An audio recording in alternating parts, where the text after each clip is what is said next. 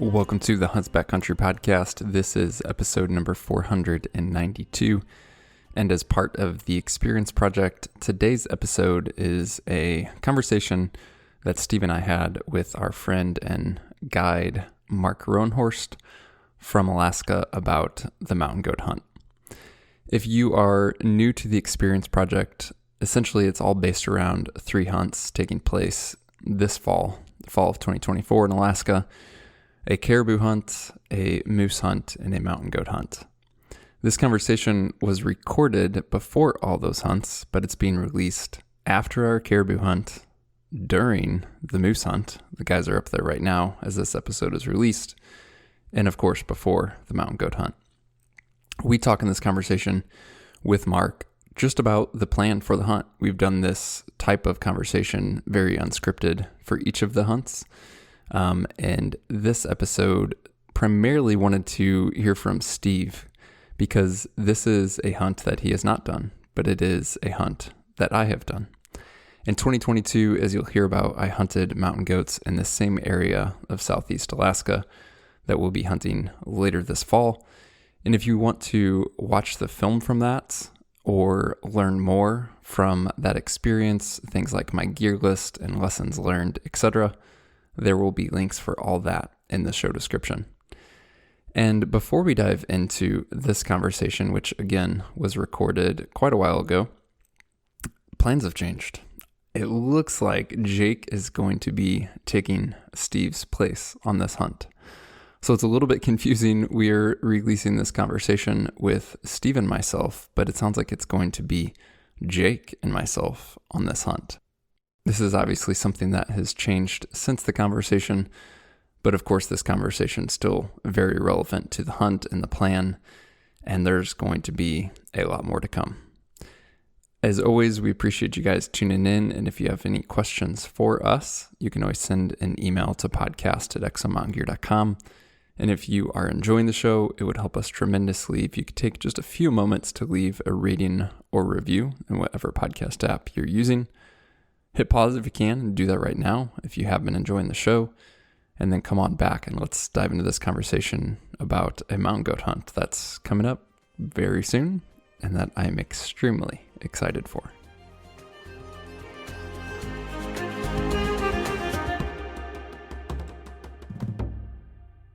Mark is on the line. Mark Roanhorst, been on the podcast before. We've shared some adventures, Mark, on my mountain goat hunt, and then last year on the sheep hunt, the Alaska death hike. So if listeners want to hear context, background to who you are, we'll leave links to that. Steve, you've met Mark several times at this point, but I guess you guys haven't hunted together, huh? This will be the first hunt? Yep, first hunt. Excited. Yeah, it's going to be good. So we are going back up as part of the Experience Project, the last hunt of the fall in October for mountain goats. Real similar to the hunt that I did in, I'm already terrible at numbers, 2022, maybe? 3? Something like that. 22. One of those two. It was 22. Yep. Wasn't last year, Mark. Come on. Oh, yeah, last year was 2023. You're right. All right. Yeah, 2022. It's all a blur. It is all a blur. So, and there's a film of that. So if people want to see that or haven't heard of it, you can check out that as well. But just like we did with the Experience Project for the caribou hunt, for the moose hunt, this conversation is far from a structured podcast. It's essentially the 3 of us chatting through the hunts, what it may look like, questions we have, variables to consider, any logistics we still need to figure out, anything like that. So we're just going to dive into that and chat like we're just hanging out, and you guys listening on the podcast are a fly on the wall, essentially. So I'm kind of curious, Steve, what questions come to mind for you first, only because you've obviously talked to me a bunch about the hunt, you've seen the hunt, but you haven't been up there yet. So I don't know if you want to start with a question or just what you're most excited about or anything of the above. To be honest, I don't have the dates written down. I know it's middle of October. There's so much going on right now. What do we got for dates? Yeah, I have them in my calendar somewhere. I have the 12th, Saturday, October 12th. I don't know if that's the first hunt date or the first travel date, but essentially the 12th through the 22nd, and somewhere in there is when we are hunting / traveling.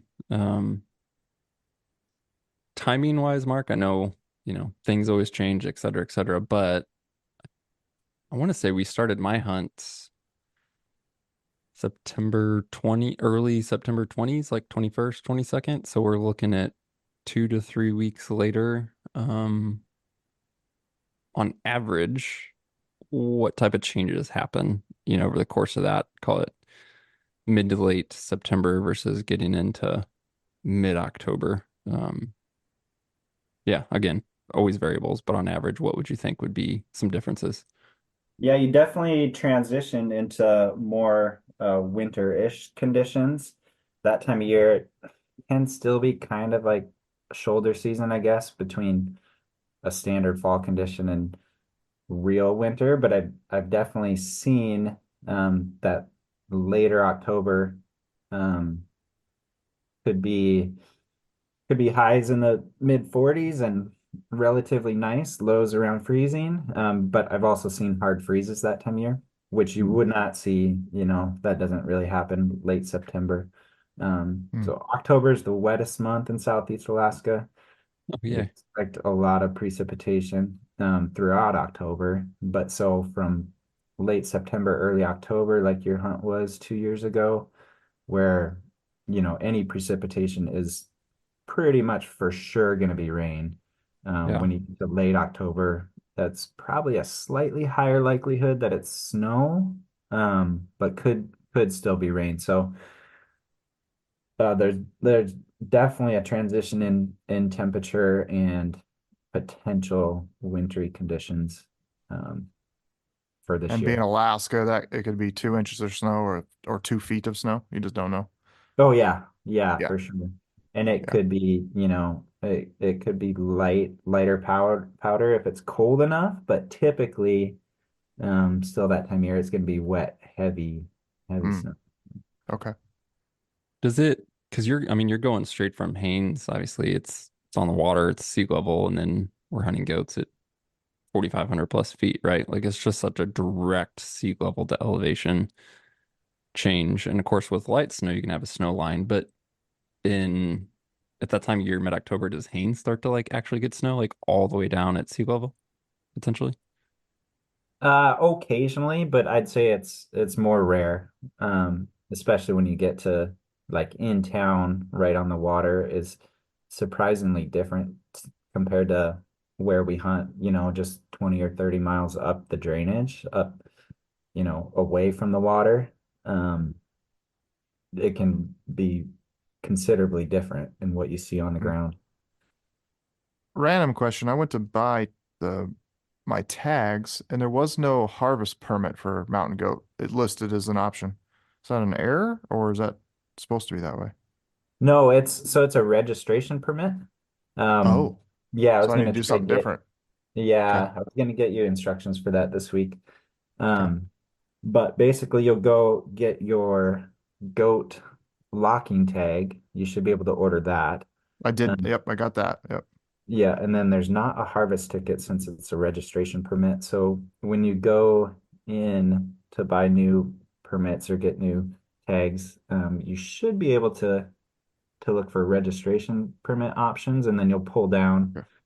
the registration options, and it'll be a list of registration goat tags, which will start with RG and then a number. And the tag Okay. for this that covers kind of the entire area is RG 026. 026. Okay. So I Yeah. just need to go buy that. You basically, Uh, is it a free thing or you just buy it's it? free. Or It's it's free free? Okay. because you pay for the locking tag. Yeah. Uh, Okay. that's what you have to buy, but this permit per se is free. Cool.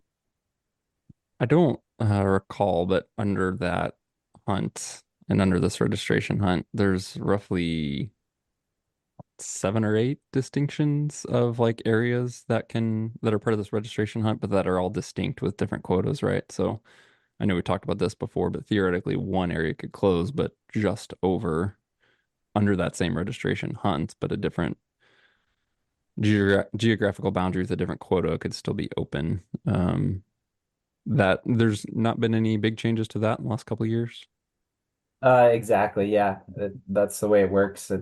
the whole unit's divided up into like micro subunits for goats, each with their own quota. Um, so as the season progresses, usually the easier access areas will get killed Hmm. out first, and so as the season goes, you'll shift your plan just depending on what's still open at the time of the hunt. Got it. And I forget, like you said, I forget exactly how many subunits that is, but yeah, it's 10 or so. Yeah, it was more than just a handful. I remember that. Yep. Is the quota like 2 or 50 per unit? They range from like 1 to 2 to usually the highest is like 8 to 9, traditionally the Oh, last few years. okay.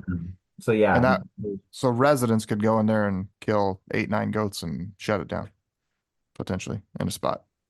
yes, yeah. And one of the other challenges with that is there's they take 2 points out for nanny kills. So they take Oh. 1 point out for billies and two for nannies. Which, I have a lot of thoughts on that, but Hmm. um I think it's a good thing, but I kind of just wish they'd make nanny killing illegal completely. They Hmm. did add a restriction just last year where now it's not illegal to kill a nanny, but if a resident kills a nanny, um, they get in the penalty box for 1 year. They can't get a goat permit the following year. Oh. Where there's other regions like Unit 5 and 6 and 7, maybe I want to say, like Kenai and Valdez area, where they have a 5 year penalty box for shooting a nanny, which is interesting. Although they did make it, along with that, they made non-residents, they did make it illegal to shoot a nanny. So the Hmm. guided non-resident cannot shoot a nanny, um, or it will be, same as shooting sublegal sheep or moose or whatever. So you're definitely yes. I mean, I guess not any different than like when I had my mountain goat tag in Idaho, you're spending plenty of time to identify and make sure it's a billy. Right. Yep. What's what's the hunt look like? Well, I mean, interesting enough, it can totally vary depending on what units are still open and where we hunt. Yeah. Because there's areas we can, hunt right off the road, like we did on the second time out with Mark. There's areas that are boat access. There's areas where it makes most sense to um, spike out up at Alpine, and Hmm. there's spots where it makes more sense to hang out in the valley, stay low, and find something from the valley before, making a climb on it. So it can just totally vary depending on the current weather conditions and forecast and the exact area we hunt. Because Okay. really, I mean, there's a wide variety of how the goats behave in like micro areas. Hmm. So just be prepared for a lot of Yeah, different pretty much. scenarios, Yeah. basically. Yeah. Yeah. Yeah. Yeah, you got to be prepared for a lot of stuff.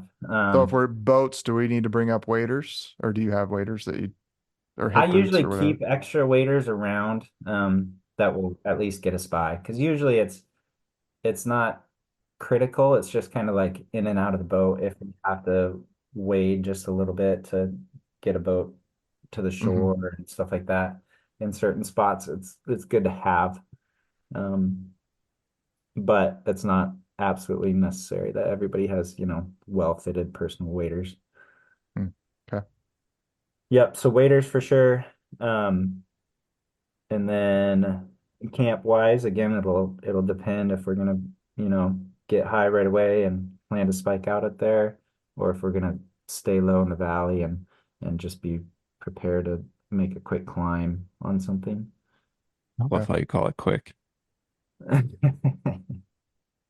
That's all relative. It's direct. I don't know if it's quick. Yeah, that's a better What way were to you put it. saying? 5, 6,000 feet of gain sometimes? Yeah, I mean, we went from like that came up. So we were Mark, Steven, Justin, and I were hanging out last week, and Justin's still, I think, bitter about us bombing off the mountain from that first spot. Oh, Um, okay. Yeah, he's still like, we should have just stayed up there. Like getting up there was ridiculous. Coming down was ridiculous. We didn't stay up there long enough. Anyway, yeah, Justin's like, I mean, I think we dropped from, you know, 4,500, 5,500 feet to the bottom. And I think that, I mean, I do think we're, yeah, somewhere in the ballpark of definitely 4,500 plus or 5,000-ish when we dropped down back to the boat that day. It's, yeah, I mean, it's water to climb for sure. I mean, it's pretty direct. Yep. Awesome.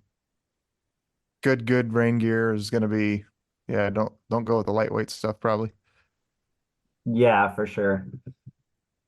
Yeah, pushing through all that brush and stuff, you need something that's relatively durable, um, and just can handle a fair bit of abuse.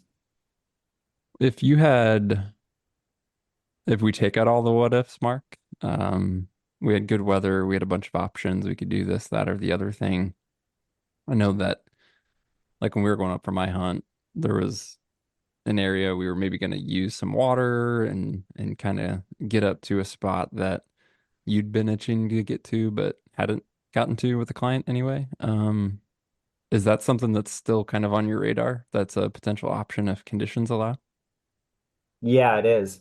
Um, yeah, that spot that we had talked about, or that area, is definitely one in the back of my mind for this hunt if conditions are right. Um, and then, I mean, I've got like 4 or 5 of those places in my mind that I haven't been able to get to or just haven't made the effort to get to yet.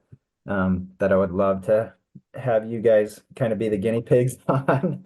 Um, just depending on quotas and conditions, and what makes most sense at that time. Yeah. Um, so those are good options. And then, another one that we discussed a little bit after your first go up the mountain is getting further up that valley Yeah. and trying to explore more of that country.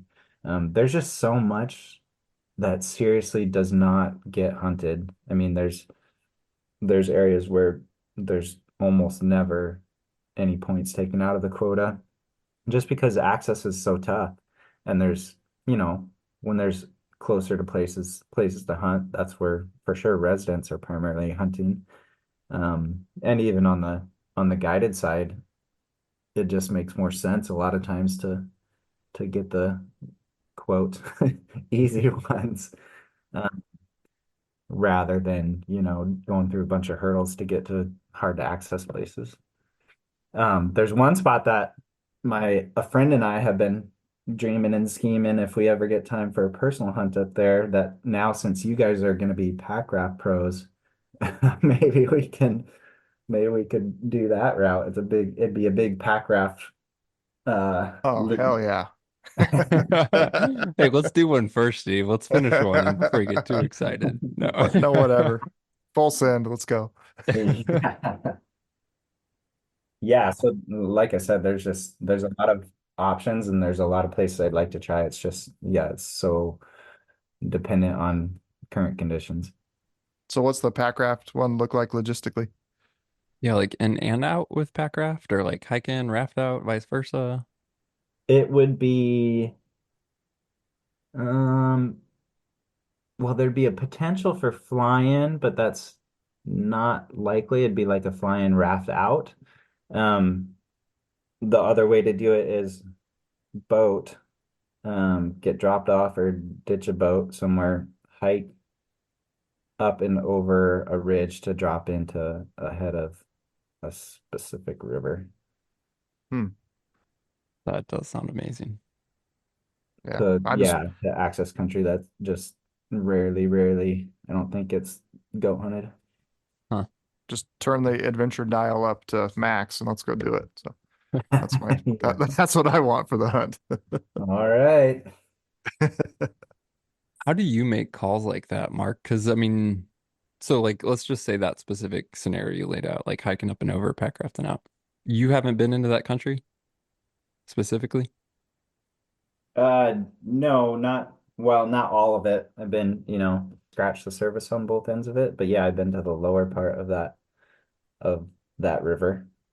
I'm just curious, like one, yeah, I don't want to say in the moment deciding, but like deciding if that's actually possible based on conditions when you haven't, you know, been fully in it and through it and necessarily understand like how that waterway responds to, you know, current or recent moisture, etc. Like that's I'm all on board to go freaking try it. But yeah, that's just a an interesting thing to think through because like you said, there's just not a lot of people that get back there. You probably don't have like reliable data to go off of or necessarily historical experience, whether from you or someone else to go off of. So you're just definitely a adventure of like, yeah, I think this is gonna work. Right.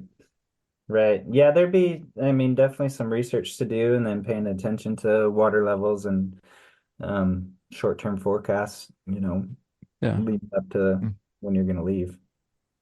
There'd be a whole lot to go into something like that. Yeah.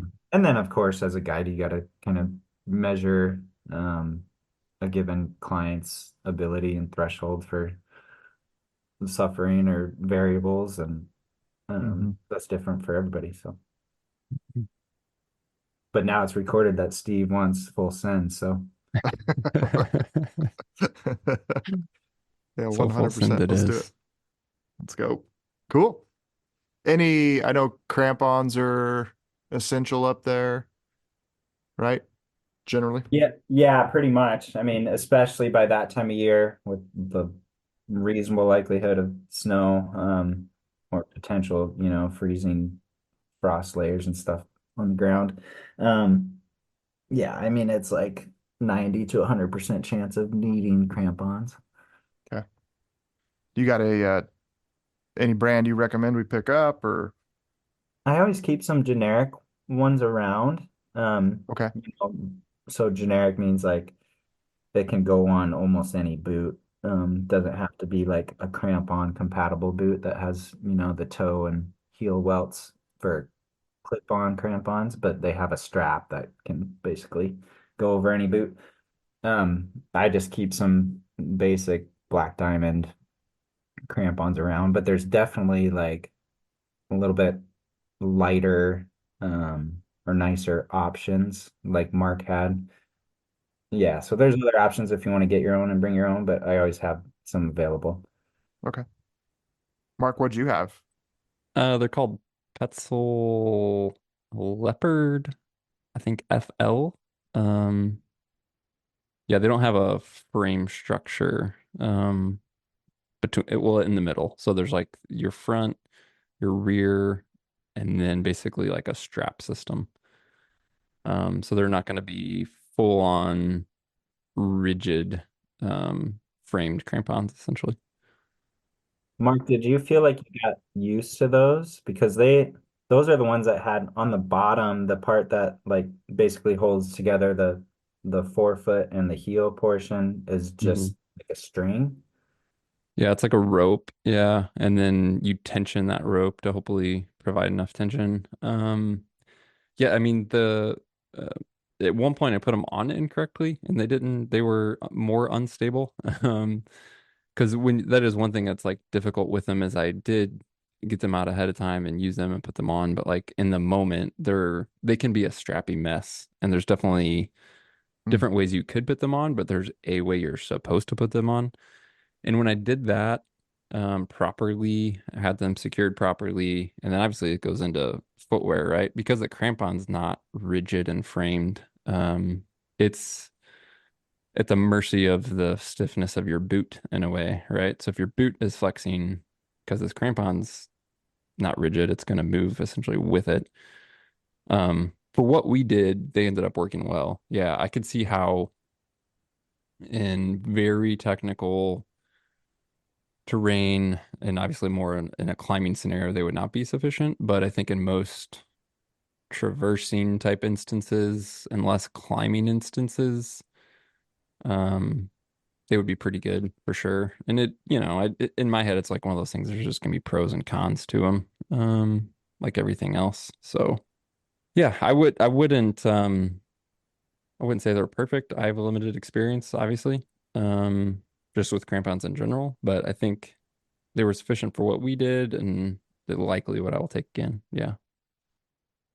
So it'll be. I was going to bring that up with your footwear choice, Steve, of almost regardless of the type of crampon, like that is a situation where you have some advantage to having a stiffer boot that's going to help you navigate Hmm. that and, use edges and things of that sort, which is, not typically what you're after, right? So Sure. maybe interesting to see what you land on for a boot. I mean, I wore the Oliver Stones and overall didn't have any complaints. So I think something like that's generally sufficient.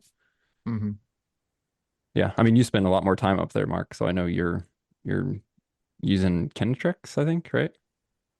I do for all the early season stuff, and then like late season stuff if there's a lot of snow on the ground. Um, there's I've usually switched to like a true mountaineering boot. Yeah. Um, and the ones I have, I really like for if there's a lot of snow on the ground and you're only going straight up, straight down. Hmm. Is a La Sportiva Barunzi.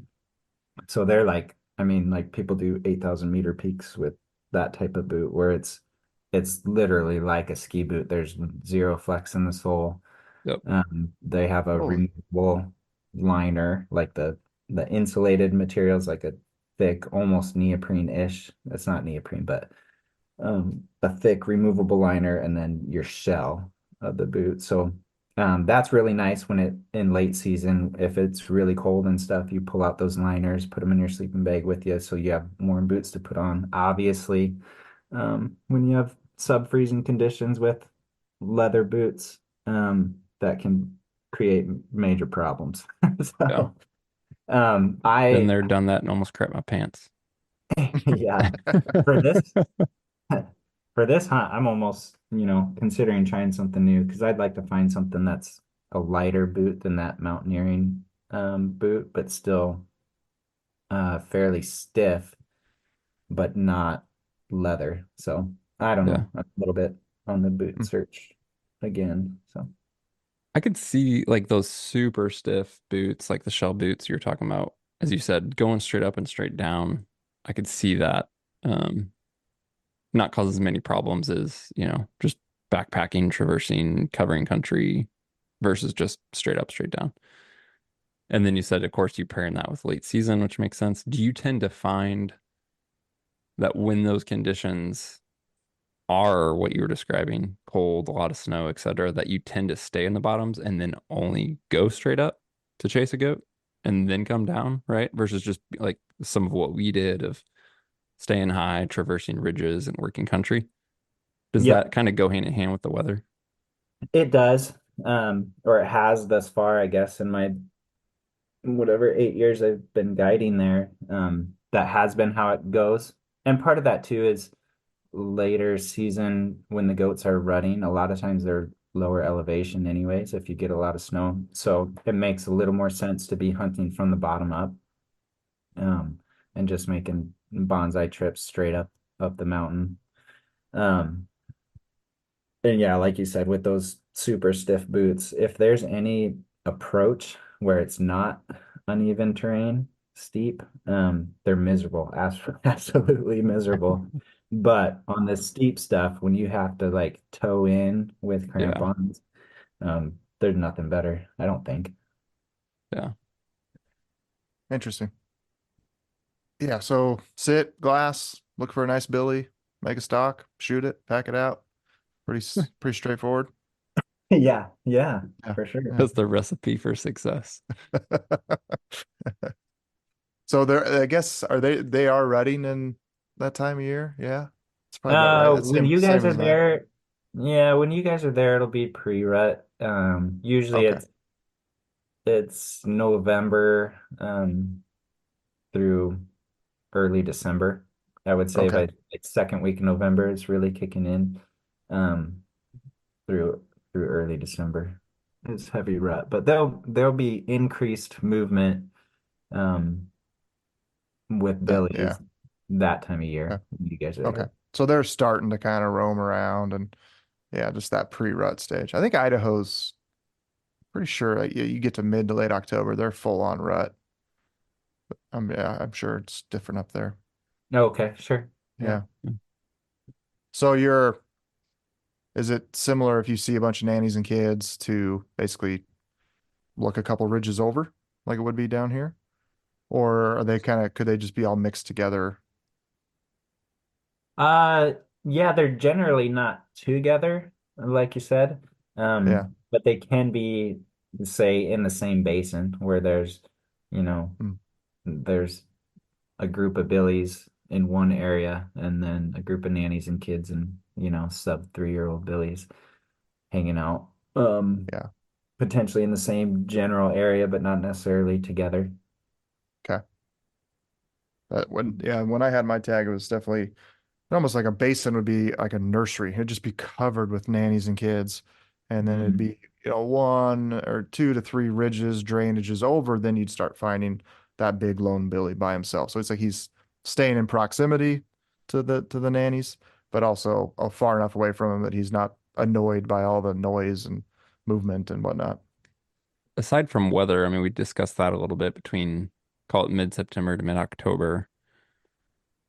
What other differences do you tend to see? Again, I know there's all what ifs and et cetera, but generalities, like even if you were, say, talking to a client and you had both options open and he had both options open and he's just like, hey, what are the differences in general between hunting this area mid-September, mid-October?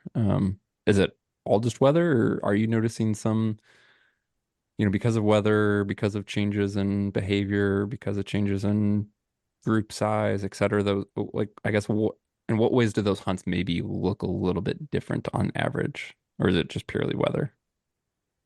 Um, no, I guess you have a few different things um, to work with there.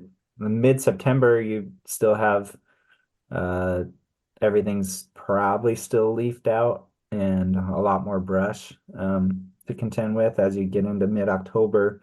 All the leaves are down, brush is getting beat down. So that can make travel up and down a little bit easier later on.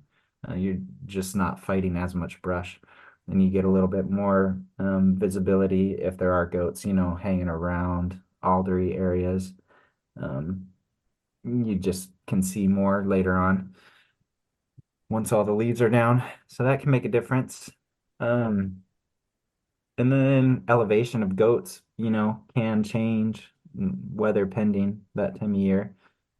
So occasionally, if there's a guy that's like, I can't I can't climb 4 to 5,000 feet, but I could climb 1,500, then I would say, well, then maybe look at late, even into like late November, where we have hopefully a lot of snow and mid rut and goats are really pushed low and just like fingers crossed that they're in a place you can actually get to. Hmm. Um, those are kind of key differences, I guess. Um, Hmm. Obviously with we touched on rut and potential movement. That makes a difference. But then on the flip side, kind of the inverse of that conversation is, earlier season with more goats available in quotas, we have more options of where we can hunt, where overall access is probably easier. So there's definitely pros and cons to each part of that season. Yeah. So the three of us, I'm just thinking nitty gritty here. I'm assuming we would still just like all share a spotter, right? I think so, at least for sure on the mountain. Yeah. If we decide we're gonna, hunt from the bottom up, then it might make sense that we have more Yeah. glass around. Yeah, that's a good thought. With goats, the biggest, baddest glass you could probably pack. Yeah, that's generally preferred, I would say. When you're hunting from the bottom and spotting goats, and let's say for whatever reason you do decide to make a climb, make a pursuit, could be 2,000 feet, could be 5,000 feet. Sure, this maybe depend on the client, the time of the hunt, how many days you have left, etc. But like, how many times are you willing to commit to that climb either knowing or not knowing for sure that it's a Billy? I guess like what's your general confidence level of, hey, we're down here in the bottom. This is gonna be a good investment of effort. I think it's a Billy, or are you like only going if you 90% know it's a Billy? What does that tend to kind of look like? I'm sure it probably depends on the client now that I think about it. Yeah, you kind of got to take all those factors in consideration. Um, I think most times that we've done it that way, where we're just like making a quick trip after some goats, that I am fairly certain it's a Billy. And usually that's because most of the time that happens, it's during the rut and Hmm. Billies are mixed in with nanny groups. And for one, you can tell for sure an old mature Billy is just looks different than a nanny, Yeah, especially when they're side by side. That makes it a whole lot easier. And they act and behave different, obviously, if they're running and chasing around and stuff. Um, or during the rut, if there's a big group of nannies and stuff, there's likely billies close by, so you might be going on a win, potentially, even if you don't verify one before heading up. gotcha. But earlier in the year, if they're still 4,000 feet above the valley, there's there's an old billy is relatively easy to tell typically. Um, More often they rub around in their own pea mud and get dirty rumps and stuff like that more often than nannies do. So a lot of times an old mature billy, you be able to tell. It's that younger, like 3 to 5 year old billy, or I should say 5 and under, um, Hmm. where it's a little bit tougher to tell. The bodies just aren't as different from nannies. When they get 6, 7 plus, their bodies just generally keep growing and developing, and just the mass on the shoulders and stuff, and the way they behave, gets more and more evident. So it just depends what you're looking at, what type of group you're looking at. But a lot of times you can tell even from quite a distance. Are you going for trying to get your clients on a certain age class size of Billy, or just leave it up to the client? And if, it's a Billy, and you don't necessarily have a preference. I usually ask the client kind of what their hopes Hmm. are or goals are. Um, and I would say about 95% of the time, whatever they say before heading up the mountain changes by the time about an hour into the hike. They're ready to shoot anything. I'll let them shoot the vast majority of the time. Um, so personally, I mean, absolutely love to kill old, mature billies, but just logistically on these hunts, it's kind of, the reality of most hunters making multiple climbs is just unlikely. Hmm. A lot of them are like, I can't go down this mountain and go up another spot, or I can't traverse over that ridge. Um, so then it's usually Is just the bird in hand. It's kind of whatever's yeah. available. Is I the feel obligated to, you know, let them get their goat, and generally everybody's happy with that. hmm is it generally guys who have the potential to be in shape and just aren't ready for it, or are you getting like older guys in their 50s, 60s that are just not physically capable to really get up and down the mountains, or both? Oh, I've seen both happen. Yeah. It's kind of interesting because you can definitely get, younger, relatively like fit looking individuals, that get outperformed by the crusty 60-year-old guy with a beer belly that is just he's been there, done it, and he's just mentally so much tougher Hmm. that they can out hunt, a younger, fitter person. Um, but you see that it goes both ways. I mean, all Yeah. over the spectrum. young, capable, mentally prepared to handle challenges, and you see the opposite. And then same with older guys. I mean, I had some older clients just that did zero preparation, thought they could, you know, buy their trophy. And and I mean, a vast majority of tags that go unfilled are just because guys quit on the very first climb, very first day, couldn't make it to the Alpine. Wow. That's crazy. Yeah. Do you have more clients that struggle on goat hunts versus sheep hunts or vice versa, or is it about the same? Like the guys that struggle to actually complete the hunt, like whatever that looks like, they give up, they're not mentally there, they're not physically there. Does you see more of that on goat hunts or sheep hunts? It's been far more on goat hunts. And I don't, that might be, I think there's different reasons for that. That might be partly just like inventory. I've done a lot more goat hunts than sheep hunts.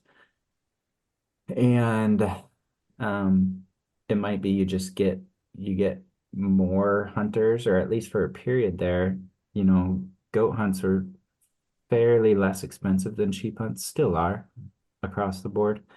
Um, so you just get more hunters, I think. Mm-hmm.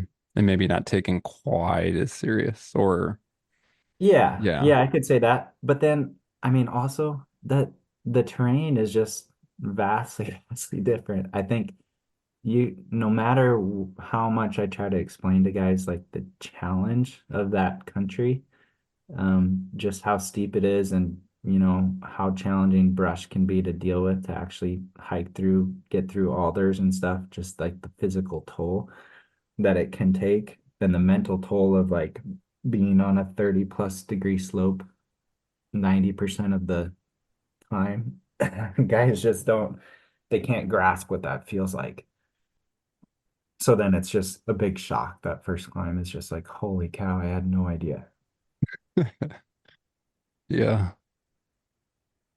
Gosh, I'm excited to get back up there. Yeah, it's gonna be fun. In your consideration, what's going to be a trophy Billy up there? Not that I'm after. I mean, I just want to shoot an old, mature Billy. But what's the kind of average horn length, or if you're like, oh yeah, that's a good one. You can get a good billy anywhere from 9 to 10 inches. I would say our area is not Uh, we don't get that long of goats, I'd say relatively to other areas of Southeast Alaska, but probably above average mass. Um, so Hmm. for instance, I mean, one of the better goats I remember taking that was just short of Boone and Crockett was not even 9 inches long. Neither horn made 9 inches. Oh Eight, wow. it was like 8 3/4 and 8 7/8, but then over 6 inch bases. Jeez, oh Pete. So so, you know, a trophy, a nice billy is gonna, you know, have a fair bit of mass in our area. Hmm. And there definitely are 10 plus inch goats occasionally, but it's considerably rare. Hmm. Um, Got it. yeah, yeah. And So known for big bot, like not only horn mass, but they're known to just be big bodied in the area, right? yeah, so I mean, it's known to have the largest bodied goats in the world. At least the heaviest one that's ever officially been like captured and weighed was in our area, and that Hmm. was a September billy that was, I want to say, 385 pounds Holy cow.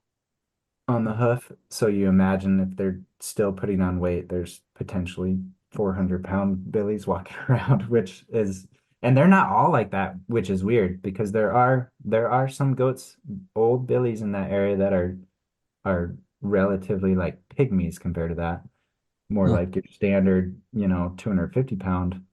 Um, but generally speaking, old mature billies are just they're huge bodied. Hmm. Do they do their coats keep thickening, lengthening into November? Or like by mid-October are they pretty peaked out? Because I mean I think they, from what I recall, they're still putting some on after that, right? Yeah, it does seem like it does continue to grow.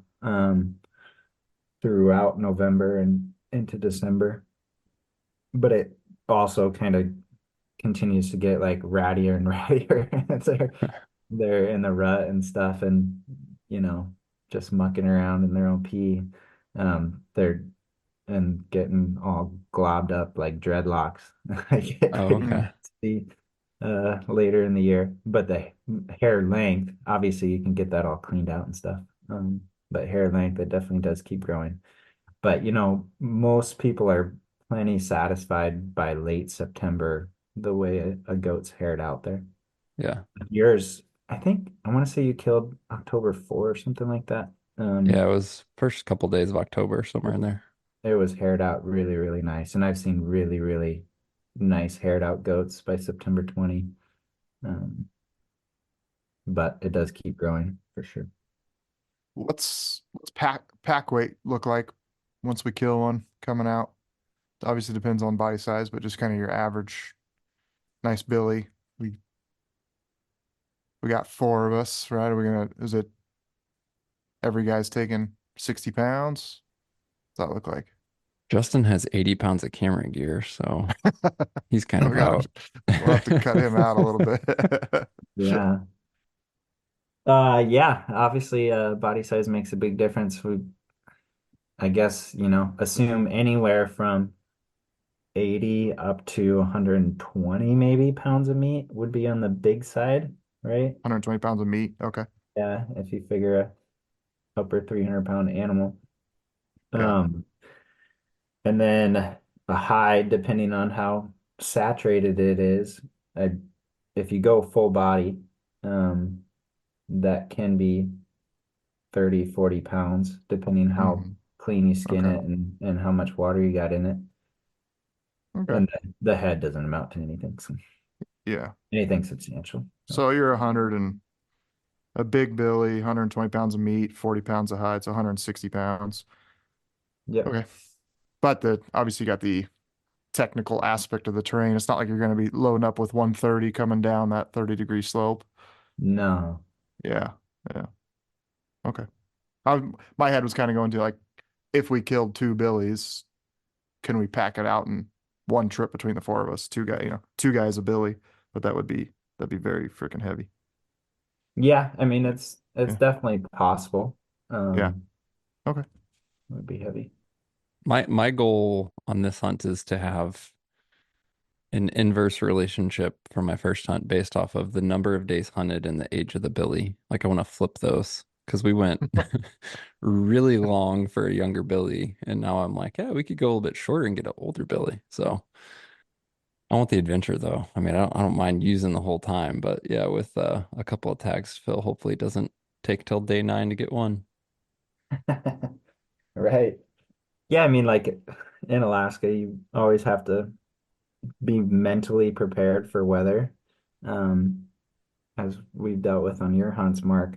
But I mean, my biggest hope for any hunt, but especially this one for you guys, is just that we get weather where we can, and really go hunt and, not be dealing with low visibility clouds, excessive rain, either frozen or flooded rivers, or, just be able to actually maximize the hunt. Is it a 50-50 chance of good versus, I mean, what if you took your average over the last 8 years of guiding and in mid-October, you have more bad days than not or more good days than not? Whew. It probably is close to 50-50, I would say. Yeah. That's a good, obviously just set the mental expectation of, all right, we got, I don't even know how many days I haven't added up, 8 days of hunting. We're gonna have 4 good days and 4 crap days. Yeah. Yeah, I didn't necessarily realize that October was the wettest month before you said that. I mean, it makes me think of even just, yeah, choices on livability of shelter and things like that to just to ride that stuff out. I know that's always a possibility on Alaskan hunt, but when you're talking, hey, for this specific hunt, this specific area, this specific context, we're going to the wettest portion of the entire year. That should certainly inform some things or make you think about some things. Hmm. Yeah, for sure. On that note, have you had much for thoughts on tents?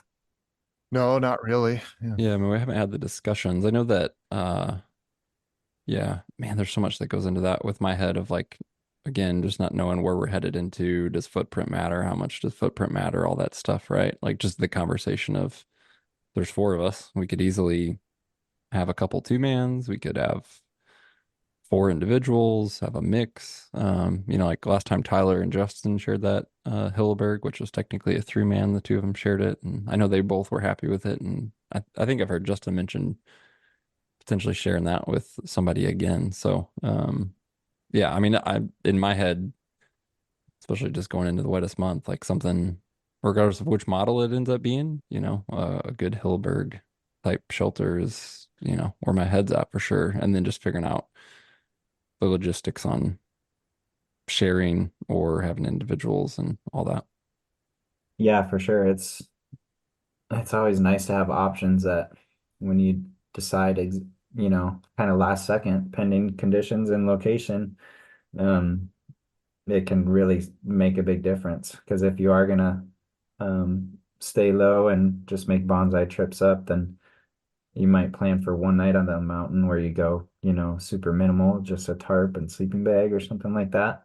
Mhm. Hmm. Versus if you're gonna go high and stay high and you find a spot that does have a place that benches out where you can have a reasonable size footprint, or there's some spots where you're like, we're gonna go high and stay high, but we still need a small footprint tent, um, because we might be digging out the side of the mountain to make a flat spot type of thing.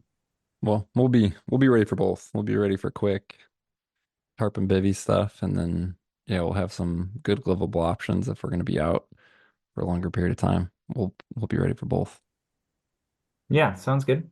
I mean, like that Hilleberg Nyack is that's a pretty solid option, for that time of year that could kind of cover whatever you needed. It's not a super small footprint, but it's small enough Hmm.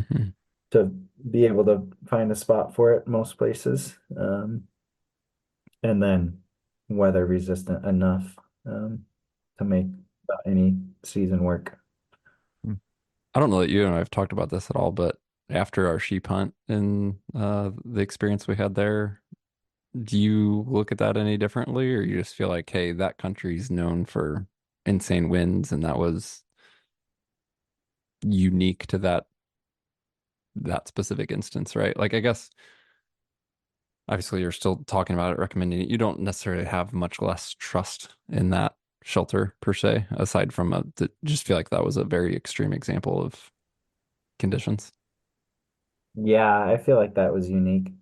Um, as far as that tent goes, I wouldn't hesitate to use that again. Unless it was in that specific area with that same forecast. Then I might reconsider. I'd be curious, how much difference the heavier poles that you got us Yeah. would make. I I doubt that they would still hold up to that. But I'd be curious to see. Ironically, I pulled that tent out the other day and was quick pitching it, and I still had a hole in the pole sleeve and stuck the pole straight through it again. Like, Yep. rats, I forgot to fix that. Yeah. I just did a home repair on mine with some tenacious tape and call that good for now. I haven't sent it into Hillberg, even though they've offered. So I just, yeah, same. I didn't get around to it, and now I'll make it work for the season. Yeah. Anything else, Steve? No, I mean, this one with Mark guiding, is different than the other hunts where I just feel like it's let's say the easy button for us logistically and gear wise, but it's definitely less to handle than the other ones.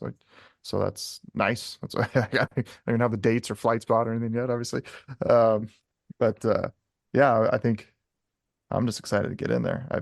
Mountain goat was in Idaho, Mark, you got the three trophy species, mountain goat, moose, and sheep, and mountain goat was tops of my list. And once I started applying, I did that for took 6 or 7 years till I got my tag and hunted. And it'll be exactly 10 years. It's 2014 when I had that tag, so I'm very, very excited to go back. And the, goats are the epitome of adventure to me. The highest of peaks, the nastiest of country.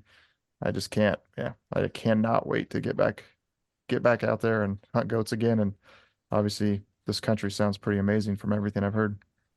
Yeah, it's so unique. Mountain goats are so unique. I think this part of Alaska is super unique, at least compared to all the other parts that I've seen. And I think is going to be unique to you, Steve, compared to the other Alaska hunts you've done. So yeah, can't wait to Hmm. get up there with you. And Mark, excited to have the opportunity, man. Really looking forward to it. Yeah, for sure. It should be a lot of fun. One quick question I did have, are you guys gonna share a rifle or are you gonna pack two rifles? What are your thoughts there? I didn't even think about that. I was just under the assumption of taking two, but yeah, I haven't put any thought into that. Can you shoot my righty? Oh, No sure. problem. I've done that Yeah. plenty of times. Well, if we want to save weight, I'll pack one. You can just grab it from me and shoot something. Yeah, something to think about anyway.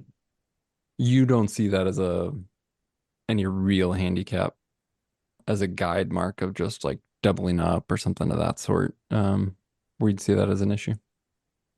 Uh, Not terribly. I wouldn't be too concerned about it. I think it'd be good to at least both bring them to Alaska.